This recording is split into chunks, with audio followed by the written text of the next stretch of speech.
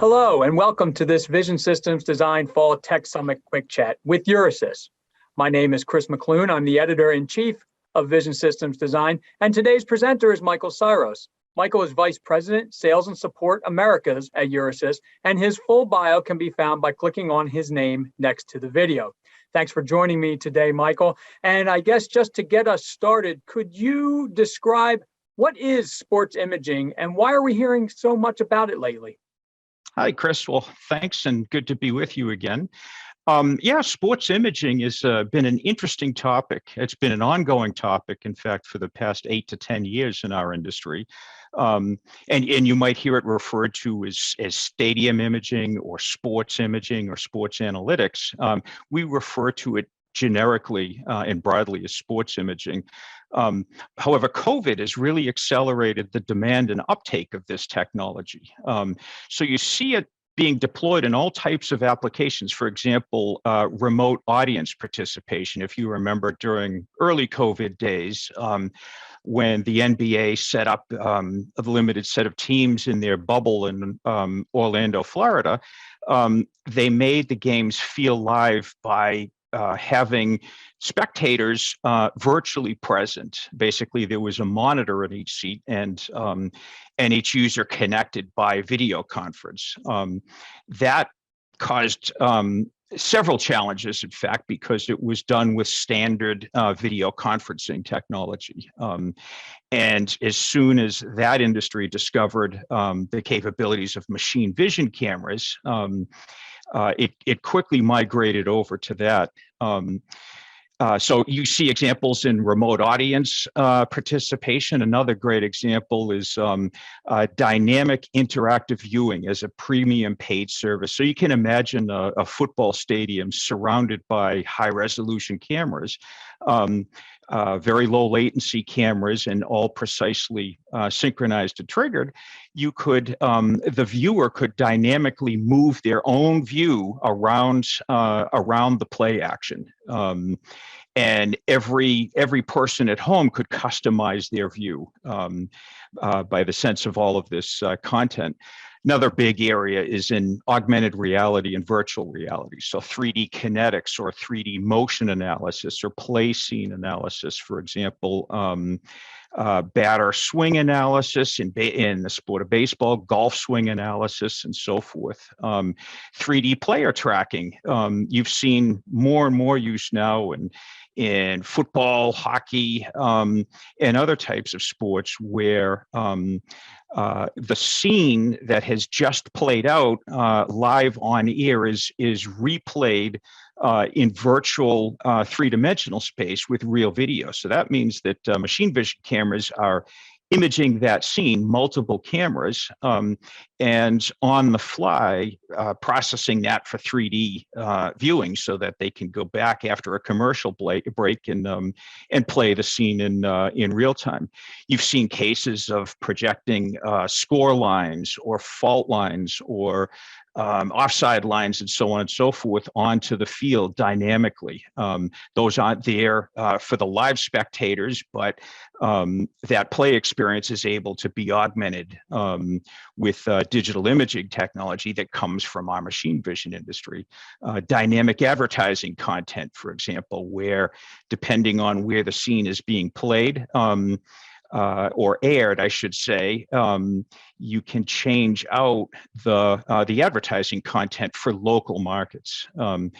Capture real video of real players in 3D for computer gaming scene generation. If you've played any of the latest sports games on the latest gaming platforms, the play action is so real. I mean, it really looks like the live players that you know that you're interacting with on the screen. And all of that is captured using machine vision technology to construct those games. And finally, for virtual reality interactive training videos, where your motion can be analyzed and a remote coach or player can help you improve your game as well. So there's a lot of areas in sports imaging where machine vision technology comes to play. Okay, those were a lot of very interesting applications. Could you get into some of the specific machine vision-like functions used in these applications? Right. So yeah, this is an interesting question because there are many techniques that we know in traditional machine vision. For example, precisely triggering a camera. For example, when a part is coming down a conveyor belt, and enters into the field of view, a part in place or some type of sensor is triggering the camera to take a very an immediate image for analysis. The same thing needs to happen in sports imaging. So the ability to precisely trigger cameras is a really important feature. Not only do you need to trigger cameras one by one, you need to synchronize that triggering across multiple cameras, and even multiple PCs. For example, if you have a distributed edge type scene processing system, you need to make sure that all the cameras are precisely triggered so that the image scene is captured at the right time in the three-dimensional space. 3D calibration and processing for 3D scene reconstruction. So the same ability to, or the techniques used to make three-dimensional measurements of a part that's being manufactured are used to construct the 3D positions of the players that are moving about the field. So that's an essential feature for this 3D scene reconstruction, where after a score has happened in a particular sport, the replay action can show the play action in three-dimensional video and allow the viewer to virtually move around that play scene. So all of that requires 3D calibration. Of course, gen-locking cameras across multiple PCs is critical. One of the reasons for that is what's known as anti-flicker processing. So for example, different stadiums, whether they're indoor or outdoors, are using different types of lighting. You know, in the early days of machine vision, typical lighting was based on AC power. So the lights were cycling at a 60 hertz rate in the Americas or 50 hertz rate in other parts of the world. And in all those cases, it was important to synchronize the camera to the lighting so that the start of exposure would happen when the light is at its brightest illumination point. Now, fast forward to modern day today, stadium lighting, for example, LEDs and so forth, the intensity is still modulated by those LEDs that are flashing at a very high frequency, 200, 300 hertz, for example. So in that case, having a Genlock signal that's synchronized to the lighting is critical to synchronize all of the cameras. And you could be talking 50, 60, or even 100 cameras spread around a stadium for all of this imaging. And speaking of spreading multiple cameras around, spatial calibration of the cameras for ease of post-processing and stitching across multiple images is also important for scene generation. You can imagine, panning across a field where down the field there's 20 or 30 cameras focusing on the play action. The view needs to transition seamlessly and smoothly from camera to camera as the play is happening. And then finally, as what we know in machine vision, is the importance of guaranteed sustained bandwidth of images coming to the PC for processing with minimum latency are all requirements that are essential in sports imaging, and they're the same techniques we use in traditional machine vision. When we talk about the applications that you just mentioned, part of that has to be the pipeline to get all of that information back to wherever it is going to be processed and possibly decisions are going to be made. What are the most widely used currently camera interfaces in sports imaging? Thanks, Chris. That's actually a good question about those interfaces. Traditionally, in sports imaging, high-speed broadcast cameras, for example, recording in 4K resolution at 30 or 60 frames per second for broadcast is done over HDSDI. HDSDI is run around the stadium either in fiber optic or coax cable.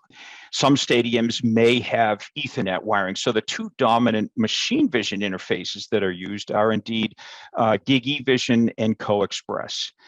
Both, in fact, are good, but each has its own set of benefits. So a typical stadium setup may determine which of the interfaces are better. We tend to focus at Euresys primarily on the CoaXpress interface, but we also are involved in GigE-Vision through our IP cores. In fact, we're in the process now of developing latest generation 25 GigE-Vision IP cores for the industry, which is going to require an adoption of the GigE-Vision standard up into these higher speeds. Those speeds already exist, in fact, on the CoaXpress side, where you can have multiple lanes of 12G video. So differences between those with GigE-Vision, of course, you're routing data through switches and hubs and networks, which is really convenient, but you, in some cases, lose the ability to easily synchronize multiple cameras in that case. And this is an area where, for stadium imaging, CoaXpress really shines. CoaXpress is, in fact, a point-to-point interface. It runs on traditional standard coax cable that's probably already run in the stadium, or even fiber optic with the latest technology of CoaXpress over fiber.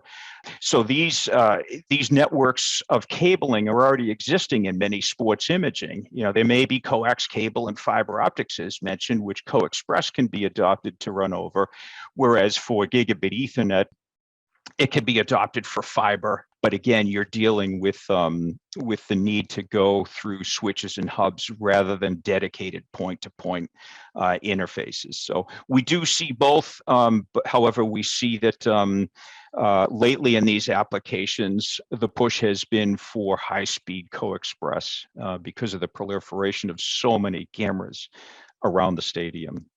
Well, thanks, Mike. And that gives us a pretty good snapshot of where we are right now. But what's in store for the future? Well, I think what you're seeing already in the home broadcast market is the growth in resolutions of displays. So, for example, we're just now in mainstream 4K broadcast resolution. 8K is there, and imagine a television set that's going to display 8K video at 120 frames per second. That's a huge amount of data. So the ability to speed up data across these camera interface networks is really important. So we see already emerging 25G interfaces. Multiple 25Gs can be streamed together to generate 100G.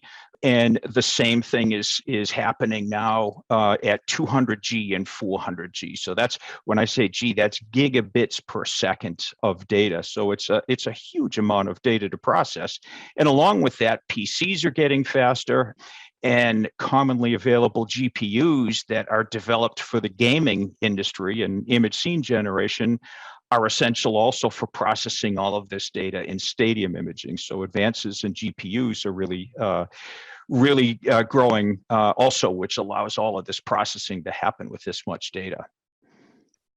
Okay, perfect. Well, thank you again for your time today, Michael. Just a reminder that this session will be available here within the Vision Systems Design Fall Tech Summits platform for the next 30 days. To find more information about Euresys or any of our sponsors, please be sure to visit the Resource Center within the event platform. On behalf of the Vision Systems Design Fall Tech Summit team and our sponsor, Euresys, I thank you again for joining us today. Thank you, Chris.